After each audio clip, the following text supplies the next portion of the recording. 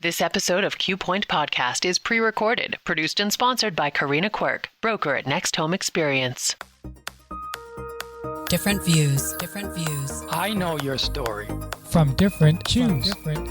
Incredible job.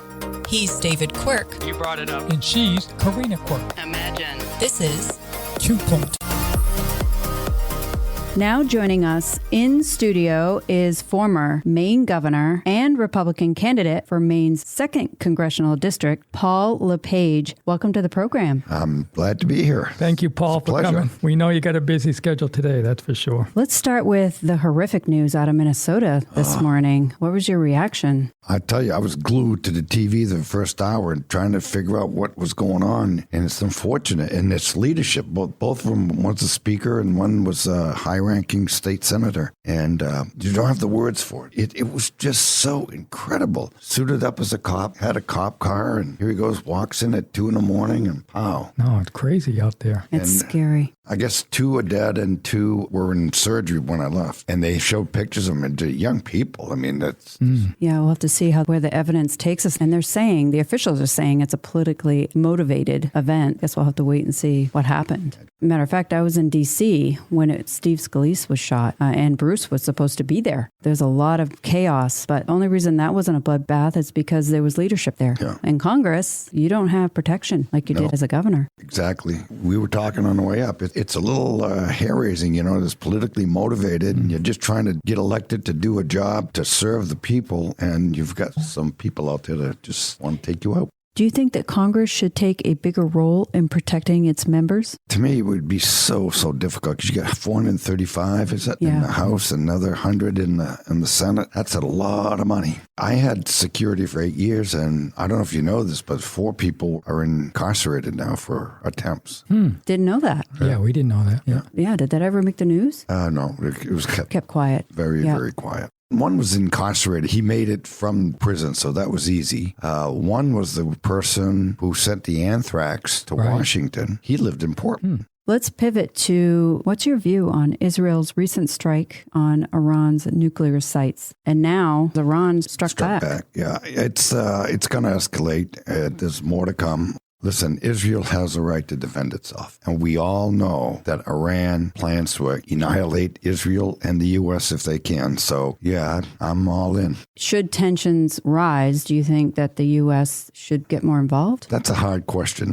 We're involved to a certain degree. I mean, a lot of our equipment's over there. I would avoid getting involved for the time being. But if anything happens to any American, I would blow them off the face of the earth. Should ICE have a stronger presence in Maine? Absolutely. That is a ridiculous law. It is insanity. We have got criminals coming in from the northern border. We have drugs coming in from the ocean. When I was governor, we caught a number of terrorists from the Middle East. I don't speak about it, but they're coming in. And I'm telling you, that is just absolutely wrong. ICE is an important part of our society. They protect our borders. They protect immigration. And we need to have them here. We need to have them everywhere. And that's the only way you can ensure that American people are going to be safe. And the Border Patrol, ICE, we've called them. And under the Biden administration, they wouldn't come up and take people. It was just bad. You need to have them. Anybody who thinks that we don't need them, then you hate this country, number one.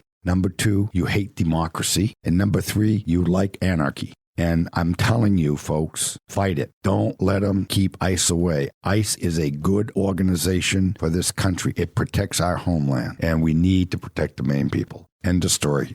Corinne and I have a lot of friends who are lobster men and women down there in the Deer Isle, Stonington area. And their biggest concerns are this gray area, which they are fighting with New Hampshire and Canada and who can fish on it. Now, we know Trump signed an order, but what can you do as a federal employee to help out our Maine lobster? So what I did already, I sent a letter to Trump, and within 3 days, he was on the airwaves talking about it. So I know that we are on the same page. And this past Sunday, I met with the Consul General of Canada in Portland for about 2.5 hours, my daughter and I, and we sort of beat up on them, and they're claiming that they have rights to it. And my point is, okay, so let's go to court. Let's go ask a judge to fix it because we have claims to it. You say you have claims to it. New Hampshire is, well, actually, it's not only New Hampshire, it's all the 21 states on the eastern seaboard belong to it's a federal agency that every state participates in, and they set marine regulations. NOAA's part of it, but there's another group. And anyways, the issue is this. I believe this goes back to the Revolutionary War and the War of 1812. From what I understand, and I haven't researched it completely, but I understand that is in Maine waters. It's in the Gulf of Maine. And therefore, if Canada wants to litigate it, let's litigate it. This is the biggest fear I have, is that somebody's going to get hurt on the waters. Traps are going to get lost. I asked the Consul General to look into it and please advise, because when I get to Washington, I'm going to file a lawsuit against Canada, and we'll get the president to file a lawsuit, and let's go to the international court and get it done once and for all. I don't know how it's going to end up. You know, you go to court, sometimes you think you got a good case and you lose, but I'd rather lose and save lives than do nothing and lose lives. And that's what I'm afraid of. We might lose some lives out there because it escalates. I think these Coast Guard should be involved. Under Biden, I guess they were told to stand down. I think we don't want to stand down. We have to resolve this issue once and for all.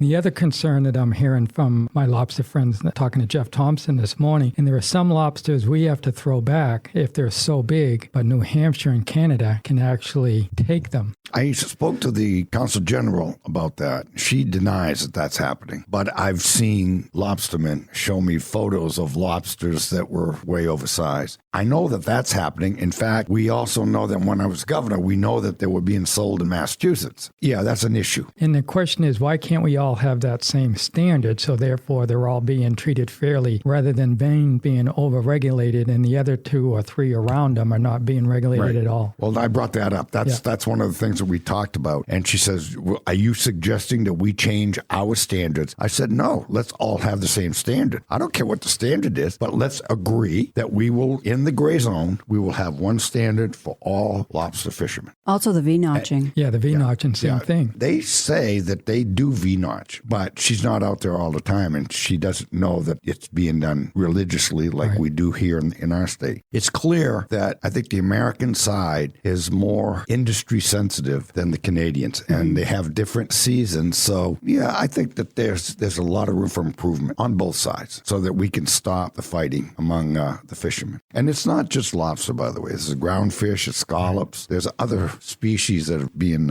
taken without having oversight either side. For those just joining us, you are listening to Q Point Podcast. I'm Corenna Quirk, co-hosting with my husband, David Quirk, and we are having a conversation with former Maine Governor and Republican candidate for Maine's 2nd Congressional District, Paul LePage. The federal pause on the new whale-related regulations is also set to last only until 2028. Do you feel that should be extended or revisited? I'll tell you, there again, the issue with the whales and the regulations are unnecessary on the U.S. side. The issue, we all know where the issue is. Nobody wants to recognize it. David Allwood, who was the former Consul General, and I used to talk about it all the time. They set speed limits up in the Canadian waters in St. Lawrence, but the fines were so little that nobody paid any attention to the fines. So they just kept going. They're supposed to be traveling at 5 miles, and they're going as high as 18, 20 knots. So I don't think the Maine fishermen should have restrictions on their traps, and all the stuff they're doing is just a way to destroy the industry. Frankly, if you look into it, I think much of the money that's going for these regulations is from the wind industry, which should be gone by now. I think Trump is making sure that's not going to happen. Speaking of windmills and solar and energy, Paul, as you know, we're in the car business. Yesterday, I met with Versant, and I was explaining them the bills that we paid over $10,000 in our electricity bill last month for 3 lines or for 5 charges, and we collected $2,500. So explaining to them that we're probably going to lose about $100,000 Quirk Auto Park or just charging up EV vehicles. Now, we sell a lot of EV cars, and I think it's great. Green and I have a hybrid car that we've been driving. As your federal position to lower this electricity bill, when you hear Macrum's at $60,000 and ours is, with all our dealerships and everything, close to $10,000 a month, just in the public policy charge. First of all, I think this whole deal on electric cars is not going to work. It's a failure. First of all, if we're going to have electric cars and we're going to mandate it for every American, then you need to go to nuclear, because wind and solar is not going to charge your cars. It's just not enough electricity coming out of wind and solar. Frankly, I think sent a letter to the president on this and said we should get rid of the EV mandate completely and go to hybrids. If you want to have something, go to hybrids. Electric cars are not working. You're spending $10,000 a month. Charlie's in Augusta spending $7,500 a month, and nobody's using them. And he says nobody's even looking at the electric cars. He's having a hard time having people look at them, and he's forced to buy them, put them on his lot. No, I'm death against electric cars. I think the one way to stop this silliness is get rid of the incentives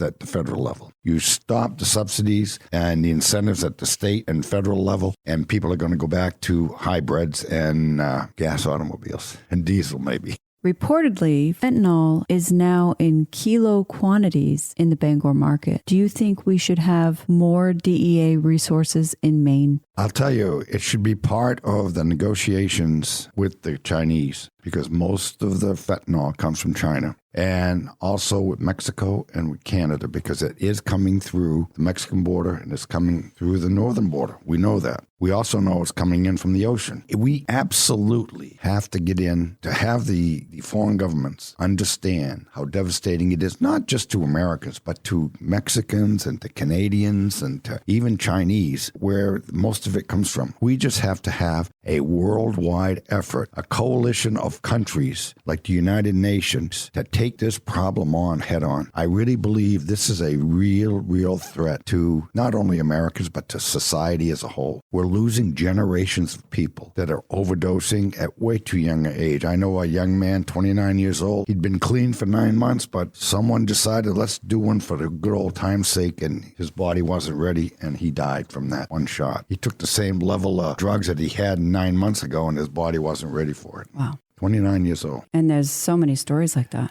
What I believe should happen is a person who is caught with drugs, illicit drugs, or who is overdosed and is brought back with Narcan should go to jail. Automatically go to jail. And then you leave him in there for a couple days, and then you go in and say, okay, there's a way out, but you got to go through treatment under our supervision before you get free. And that's what I think we have to do. During your time as governor, you pushed hard to require able-bodied adults without dependents to work, volunteer, pursue job training in order to receive benefits. Do you plan on bringing that to D.C.? Absolutely. Matter of fact, 2 things when it comes to welfare I'm planning to promote in Washington. 1, put pictures on EBT cards again, because we did that not for any other reason than to slow down the drug trade. Drug dealers take EBT cards for payment, but when they have a picture on it, they don't want the picture. The person doesn't want to give the card, so they have to do it in cash. And most of these folks don't have the cash, so it really hurts the drug trade. The other thing that we need to do, and I tried to do it here in Maine, of course, we didn't have the votes in the House or the Senate, we need to have a tiered system. We have a system right now that if a person gets a quarter increase, which is $10 a week, the state will take away all their benefits. That's irresponsible, and it doesn't work. You need to have a system that's tiered. So once you hit a milestone, let's say you get $1 increase, you lose 20 cents of your benefits. You keep 80 cents until you get to middle income. So I propose to have a 5-step tiered system. So once you hit a milestone, you're encouraged to continue working. I would encourage the president to make sure there's no tax on overtime. I think that's one thing that young people who want to work will benefit from. I was born in welfare. I grew up in welfare. I know what it's like. It's amazing. Come from a family with 18 kids, and if my dad earned another quarter, he'd lose all his benefits. It's absolutely insane. And so I think a tiered system would work. Pictures on EBT cards. I can't even go to the hospital without showing an ID. So if you have an EBT card and a picture on it, that's an ID. It works. And the reason that Janet Mills and the Maine legislature were against it is because it was an ID. I've seen and spoke to some clerks in some stores that have cigarettes and cigars and tobacco products. And a lot of the customers will come in, give the clerk an EBT card, say you can spend up to $50 and buy groceries for yourself, but I need a carton of cigarettes. And we stopped having EBT cards used to buy lottery tickets, beer, cigarettes. And I got the idea one day. I was in a store. I had a soda. We were traveling. And the person in front of me bought some cigarettes and lottery tickets with his EBT card. And I go back to the office. I said, we got to outlaw that. For those just joining us, you are listening to Q Point Podcast. I'm Corenna Quirk, co-hosting with my husband, David Quirk, and we are having a conversation with former Maine Governor and Republican candidate for Maine's 2nd Congressional District, Paul LePage. You know, having 500 employees or so that we have, biggest thing I'm hearing from a lot of the employees is trying to find a doctor to get looked at 3 months, 6 months. And now we see that some of our hospitals in the state are now closing, especially birthing centers. Is there anything that the federal government can do to help us? Well, frankly, the issue is not a federal issue. The issue is a state issue. And there's some things that can be done. And one thing that I'm going to propose is that Maine Care, it reimburses hospitals about 60 cents on the dollar. As we all know, I was reducing Maine Care, and this governor has shot it up to 400,000 now. There's over 400,000. It's not bad enough that the reimbursement rate doesn't cover costs, but you got to pay your bill. And the state of Maine is not paying the hospitals. And when the state doesn't pay, the federal government won't pay its share. So what happens is those who have insurance have to swallow the cost. Otherwise, the hospitals will go under. That's one thing. The other thing that we're finding out here in Maine is you can't keep doctors. The reason you can't keep doctors is we have a system where we don't have residencies. Now, there is a way to get residencies, and I'm going to propose a bill that will allow all the small hospitals that are owned and operated by the tertiary hospitals like the Eastern Maine and Portland, Maine Med. If you own a hospital, you can have a residence in that hospital. So that would give us another 30 doctors a year that we could put in residence. And I've worked that out with the University of Maine, University of New England president. He and I were working on that plan. Of course, my term came up and I'm out. So now the next person goes back to not paying the hospitals, which we had paid $750 million out. Now, they don't realize that the state's portion of that was about almost $250 million. But the federal government, the minute we paid out $250, the federal government paid $500 million. Everybody loved me at the time until 2022 when I said, all the people you fired, you're going to hire them back. And then, boop, the hospitals didn't like me anymore. It's a real challenge, but let me give you a resolution to this. Obamacare is subsidized by the federal government. All the state should do, instead of putting people on Maine Care, get the federal government to allow you to pay the balance of the premium. If you want a one-payer system, there it is. Person won't pay. They might have to pay a copay and a little bit on their drugs, but they get much better reimbursements to the hospitals and much better care. And most of the doctors now in Maine work for the hospitals because they don't want to have a private practice. They cannot make money. And these doctors have significant loans to pay off. So my point is, let's use Obamacare. I don't like Obamacare. I think there's better systems, but for the system that's the law of the land, let's use that system and improve it so that hospitals get paid and people get better health care outcomes. The way we're going right now, they haven't paid the hospitals for months and months, if not years, and they're all going to get in trouble. Inland Hospital in Waterville is closing. That hospital is necessary, is badly needed in Waterville. The elderly can't necessarily travel to Augusta, and that's the only option. Or you go to Skowhegan. Skowhegan, Reddington, Fairview is already in dire straits for money. So all the hospitals are suffering, and it's because of state policy. The federal policy, we can put some laws into the federal level to ease the pain to rural states like Maine, but you still have the legislature and the governor to deal with, and that could be a problem. Well, I think we're the oldest state in the country, aren't we, Maine? We are the oldest state in the country. So therefore, obviously, we have more people going to the hospital being older. Yeah. It's strange enough. People think that Florida is the oldest state. Florida is number 5. The 5 oldest states are Maine, New Hampshire, Vermont, 3 New England states,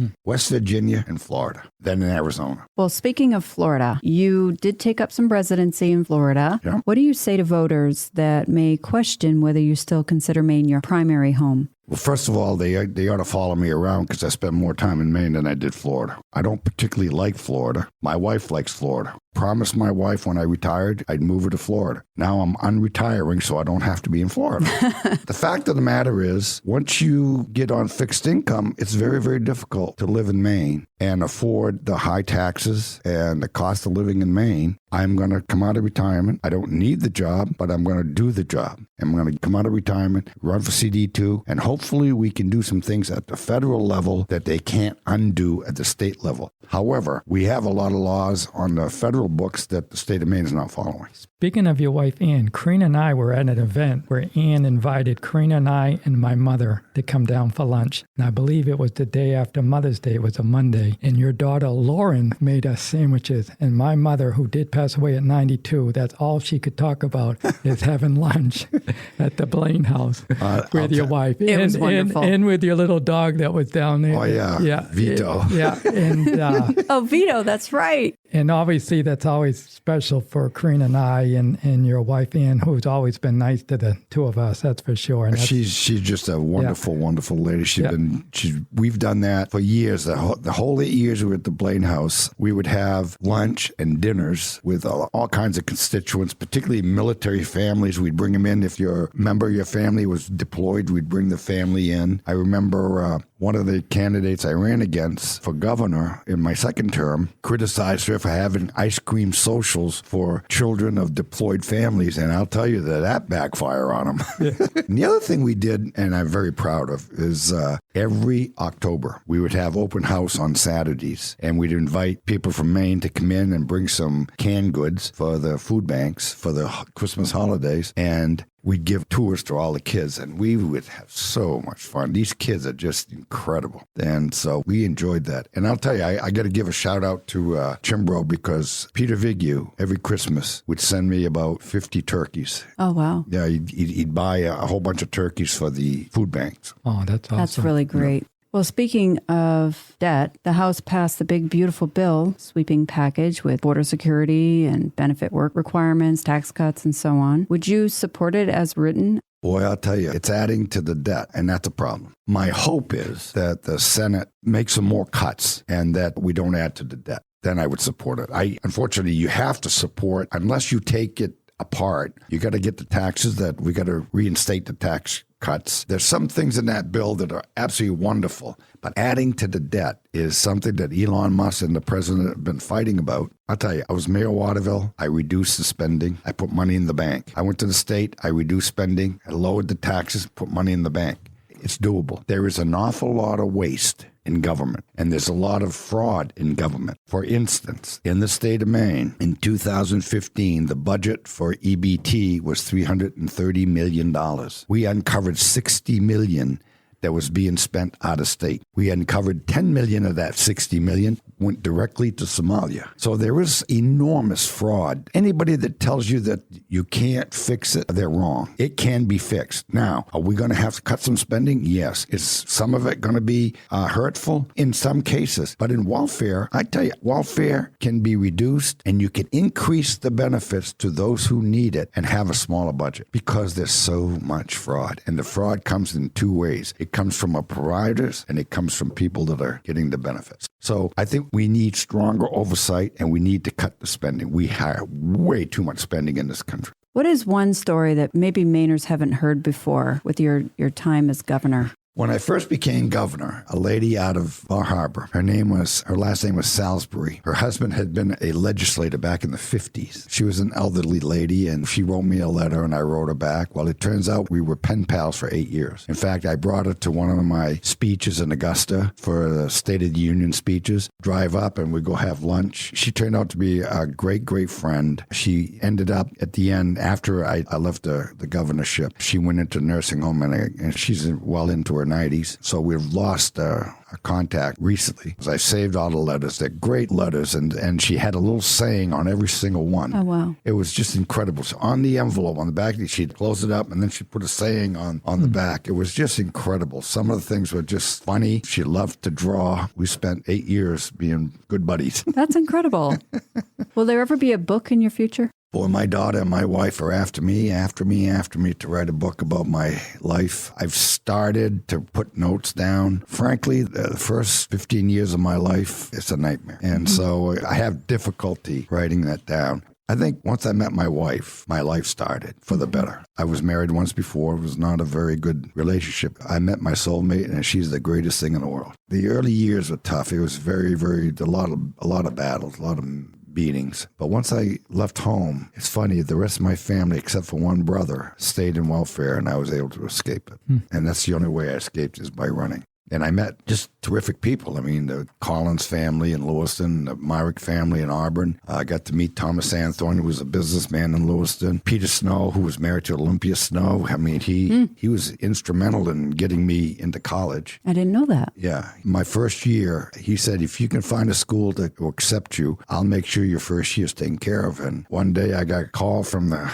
controller, and he says, we don't know how it happened, but there's a check here from the Bates College Foundation. Wow. He was a trustee.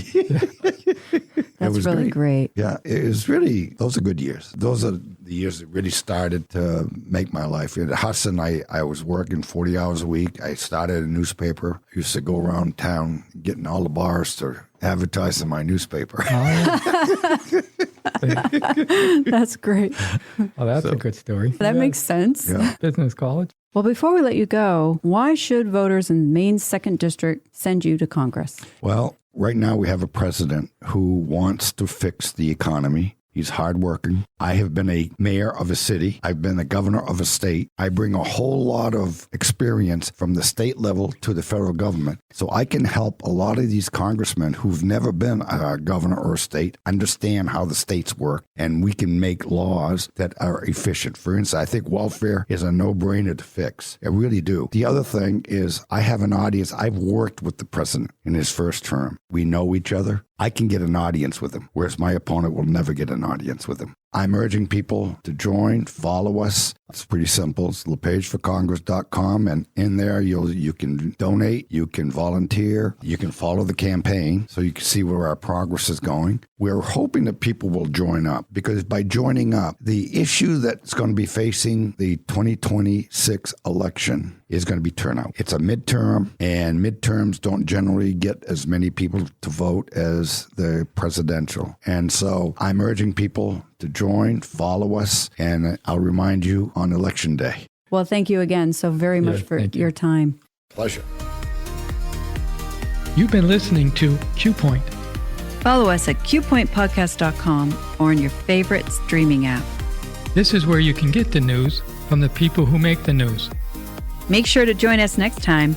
We hope you tune in. Q Point Podcast invites candidates from all parties to join the conversation. The views, information, opinions, and comments expressed during this program do not necessarily represent those of the host, Q Point Podcast, associates, affiliates, and CQRE LLC. Thanks for being a part of the conversation. Catch every episode at qpointpodcast.com or wherever you stream. Tune in and tell your friends.